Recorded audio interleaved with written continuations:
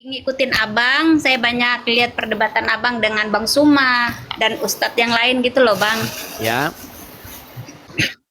Ah, terus saya juga awam abang Adis masalah agama, cuma saya itu eh, ada sedikit pertanyaan buat abang, apa itu? mohon diajarin. Cuma saya ada tulis sedikit tentang saya itu penasaran masalah Nabi Muhammad. Hmm. Yang setidaknya tadi baru saya nonton abang masalah Nabi Muhammad itu dicoret dari apa namanya selembar apa buku ya apa kan namanya kayak gitu waktu diserahkan pada saat waktu selesai perang atau apa. Jadi dicoret namanya Nabi Muhammad itu kenapa itu abang? Terus digantikan. Coba lanjutin dulu. Saya tadi baru nonton film Nabi Muhammad. Karena kenapa saya nonton? Karena saya ada mendengar abang berargumen sama Ustadz Suma, siapa ya Ustadz Suma ya. Masalah Nabi Muhammad dicoret dan digantikan bin Abdullah. Oke. Muhammad bin Abdullah. Terus setelah dicoret itu Nabi Muhammad mengirimkan lagi mengirimkan lagi berita kalau umpamanya Nabi Muhammad menyampaikan kalau Nabi Muhammad itu penguasa dunia. Oke, pertanyaannya? Iya, itu yang saya tanyakan, kenapa Nabi Muhammad dicoret dan digantikan Muhammad bin Abdullah abang. Terus karena saya mendengar dari Bang Suma katanya Muhammad sama Muhammad bin Abdullah itu sama dengan Muhammad. Ternyata saya nonton itu ternyata berbeda dan di ini sama Suhail bin Amar. Itu Iya. kenyataan dari Suhail bin Amar. Iya, baik ya. Jadi hadis-hadis semacam itu ya, riwayat-riwayat semacam itu, kalau kita bahas, itu ujung-ujungnya sesama muslim sendiri itu saling mengatakan bahwa itu tidak sahih lah dan lain sebagainya. Jadi begini Kak Nara ya, begini.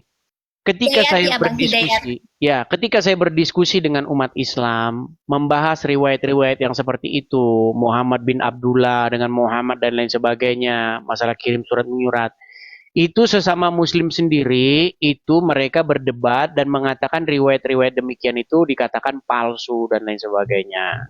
Makanya sekarang pokok bahasan saya dengan orang Islam itu biar tidak menimbulkan perdebatan langsung ke Quran saja. Karena apa?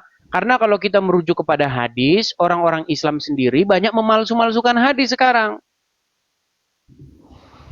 Iya, walaupun sudah tertulis di dalam Sahih Bukhari, tertulis di dalam Sahih Muslim, orang Muslim yang malah malsu-malsuin. Makanya sekarang kita ke Quran saja, biar kita tidak berdebat lagi soal itu palsu atau tidak. Coba kalau ada dalam Al-Quran, apakah Muslim berani mengatakan itu palsu? Kan tidak. Tapi kalau dalam hadis, umat muslim zaman sekarang sudah malsu-malsukan. Dengan gampangnya mengatakan itu palsu. Gimana kalau kita bahas di dalam Al-Quran saja? Ya, abang saya kan awam tentang saya Muslim, tapi saya nggak terlalu bisa baca Al-Quran. Kenapa saya ingin belajar sama Bang Adis TV? Karena saya tahu di sini Bang Adis TV kan juga awalnya Muslim ya.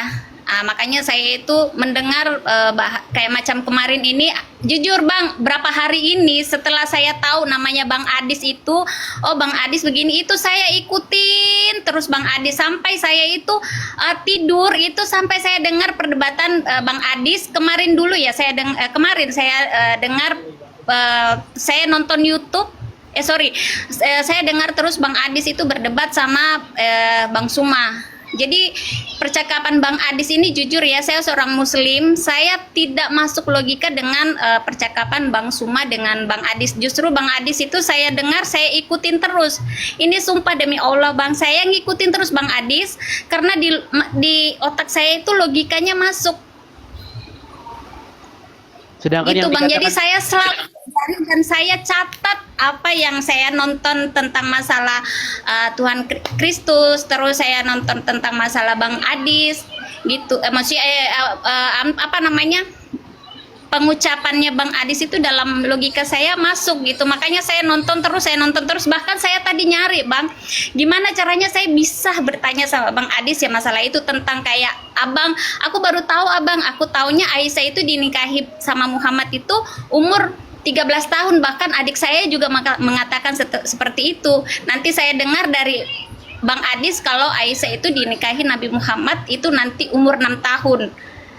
Dan di situ saya, loh kok seperti ini gitu. Makanya saya di sini saya cari terus sampai saya nonton tadi masalah tentang film Nabi Muhammad, dan tapi sebelumnya saya nonton film Tuhan Yesus kayak gitu Bang. Ya. Di logika saya, menurut saya orang Muslim, saya banyak logikanya masuk dengan Bang Adis. Nonton saya sampai diketawain sama bapaknya anak-anak. Kok kamu ngikutin itu terus?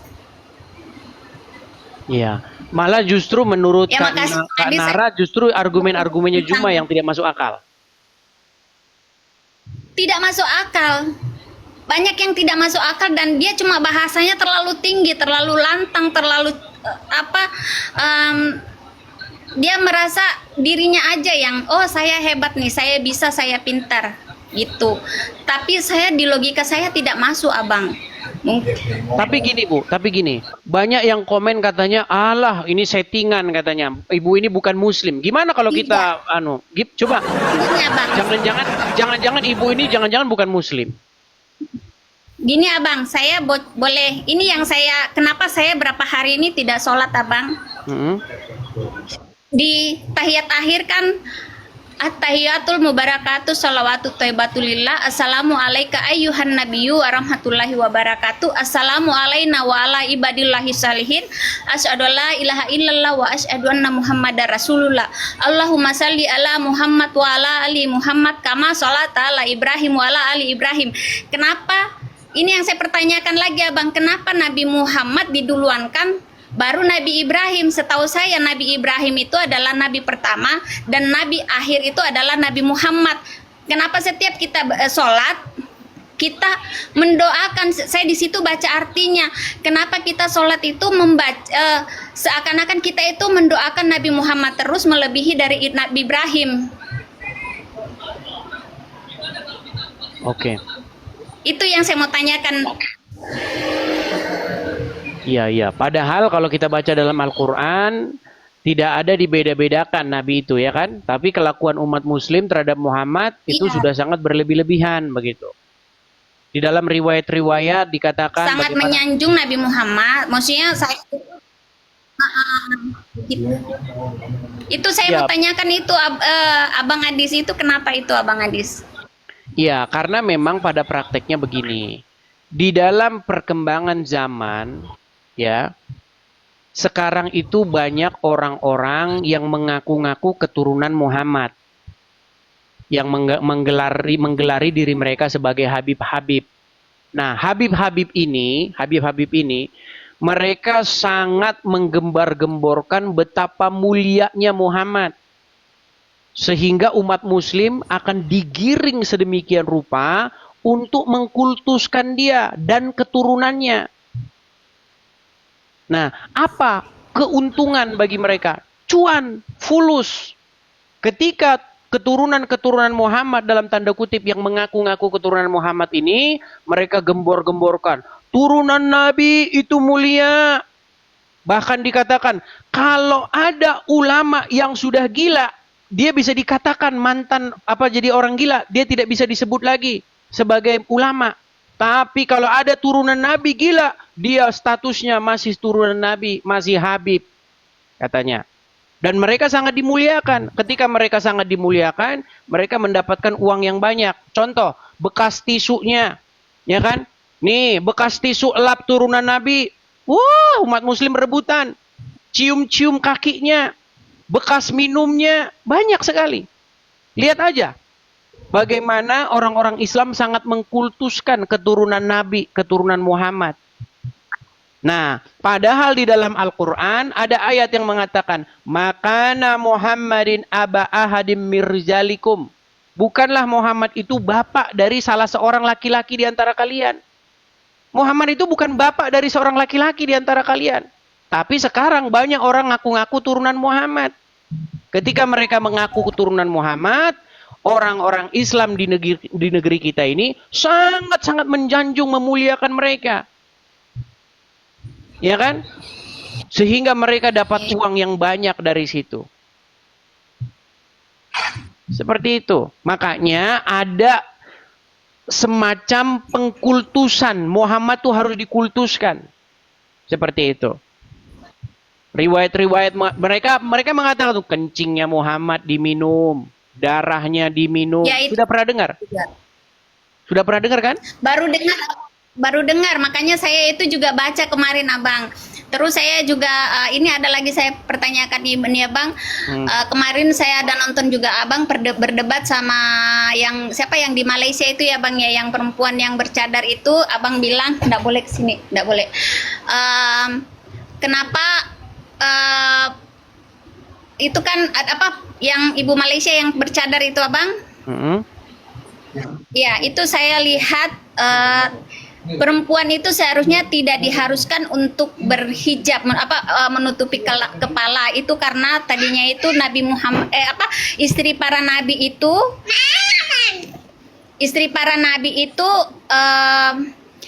supaya ketahuan yang mana istri yang mana bukan karena hampir semua faktor tubuhnya itu hampir sama, jadi diusulkanlah sama nabi untuk menutup kepala, Bu. Jadi Ya. tidak diharuskan untuk berhijab. Betul, betul. Jadi sebenarnya begini, hijab itu sudah salah dipahami oleh orang-orang Islam zaman sekarang. Dan itu kuat dugaan saya, itu adalah sebuah politik. Ya, mereka ingin mengukur sejauh mana kekuatan kaum muslimin. Makanya mereka tandai dengan pakaian seperti itu. Siapa yang memproklamirkan supaya gerakan-gerakan berhijab ini? Namanya Hasan Albani, itu dari Mesir, gerakan dari Mesir. Sebelumnya nggak ada orang Islam berhijab. Apalagi mungkin Ibu Nora kan kelahiran yang lama kan, mungkin kita nggak tahu, mungkin Anda lebih tua atau apa. Dulu zaman-zaman saya sekolah nggak ada perempuan Islam pakai jilbab, nggak ada. Lihat foto-fotonya zaman dulu, nggak ada perempuan-perempuan pakai jilbab. Itu perempuan-perempuan pakai jilbab itu baru sekarang saja. Dan itu, gerakan itu pertama kali dipelopori oleh seseorang yang bernama Hasan Albani dari Mesir. Nah, dulu nggak ada. Nah, adapun zaman dulu, itu Umar sering melihat istri-istri Muhammad tuh buang air, BAB, buang air besar. Nah, karena mereka ingin membedakan mana budak, mana bukan budak, maka disuruhlah pakai yang namanya penutup itu, hijab. Itu idenya Umar. Makanya ada seseorang muslim, cendekiawan muslim, namanya itu adalah Profesor Dr. Sumanto Al-Qurtubi. Nah, Profesor Dr. Sumanto Al-Qurtubi, kalau tidak salah ya namanya, saya agak sedikit lupa. Dia pernah menulis sebuah buku namanya itu Lubang Hitam Agama. Di dalam buku itu ada sebuah ayat, ada sebuah paragraf di mana dia membahas Umar bin Khattab dan Muhammad bersekongkol mengarang ayat Al-Quran. Ayatnya tentang itu, tentang bagaimana Umar memberikan ide kepada Muhammad. Wahai Muhammad, bagaimana kalau istri-istrimu ini dipakaikan hijab? Lalu Muhammad setuju. Ya. Akhirnya turunlah ayat. Sudah dipelajari? Saya baru sekilas baca kemarin Abang, makanya saya kan itu semenjak Abang berdebat itu saya baca sedikit. Saya belum sempat karena saya sempat kemarin kan nonton itu tentang Nabi Yesus, terus tentang Nabi Muhammad tadi saya nonton, tentang perdebatan Abang kemarin saya nonton sampai jam 4 itu karena seru ya berdebat di dalam room itu. Jadi saya pikir kan Abang Adi sama ibu-ibu ya berdebat sama Bang Suma, terus Bang Suma sama rekannya. Jadi saya nonton kok saya logikanya kok saya tidak masuk dengan Bang Suma, tapi saya logikanya lebih masuk ke Bang Adis. Jadi saya pelajari di situ terus. Makanya saya ini Abang nulis banyak tentang masalah Nabi Muhammad, dan di sini saya juga belajar masalah tentang Tuhan Yesus gitu, Abang. Ya, ini salah satu contoh ya. Itu misalnya. aja sih, Abang, saya. Oke, ini sebelum Ibu Bu Nara turun ya, saya tunjukkan ayatnya ya. Ini bagaimana Umar di sini ya sebagai pencetus ide tentang ayat hijab itu. Nih ya, ini tertulis di dalam Sahih Bukhari 577. 1. Ya, apa dikatakan di sini?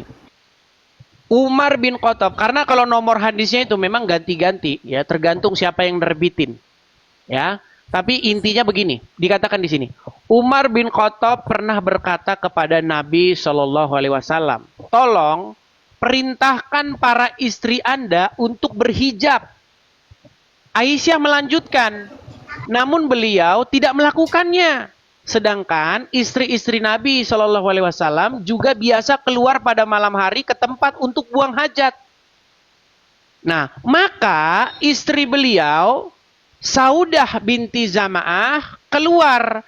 Ia adalah wanita yang berpostur tinggi. Lalu Umar bin Khattab melihatnya ketika ia berada di majelis. Katanya, "Hai Saudah, kami mengenalmu." Sesungguhnya Umar menegurnya hanya karena dia ingin semoga ayat hijab segera turun. Kata Aisyah, memang tidak lama kemudian Allah Azza wa Jalla menurunkan ayat hijab. Jadi ayat hijab ini permintaannya Umar bin Khattab. Umar bin Khattab ini. Makanya Umar itu pernah bilang, Umar bin Khattab pernah berkata ya, nih saya tunjukkan. Umar, nih ya, bentar ya. Itu Tuhannya Muhammad itu setuju, nih sebentar. Sabar ya. Sebentar.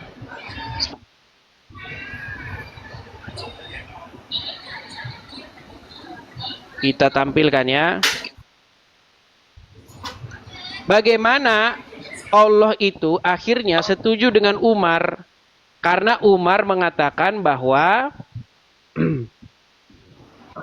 nih sebentar ya. Saya tampilkan saja di layar nih. Saya tampilkan. Saya ada kok ayatnya, saya tampilkan di layar. Sebentar. Nih ya. Sabar.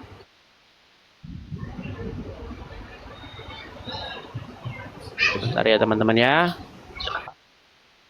Kelihatan ini? Kelihatan? Kelihatan? Kurang gede, Bang. Kurang besar. Tuh, itu ada di dalam hadis riwayat Muslim nomor 4412 ya. Nih sebentar. Hadis riwayat Muslim sebentar. Biar Saya ketikkan di sini. Hadis riwayat Muslim nomor 4412. Nih. Saya tampilkan ya hadisnya.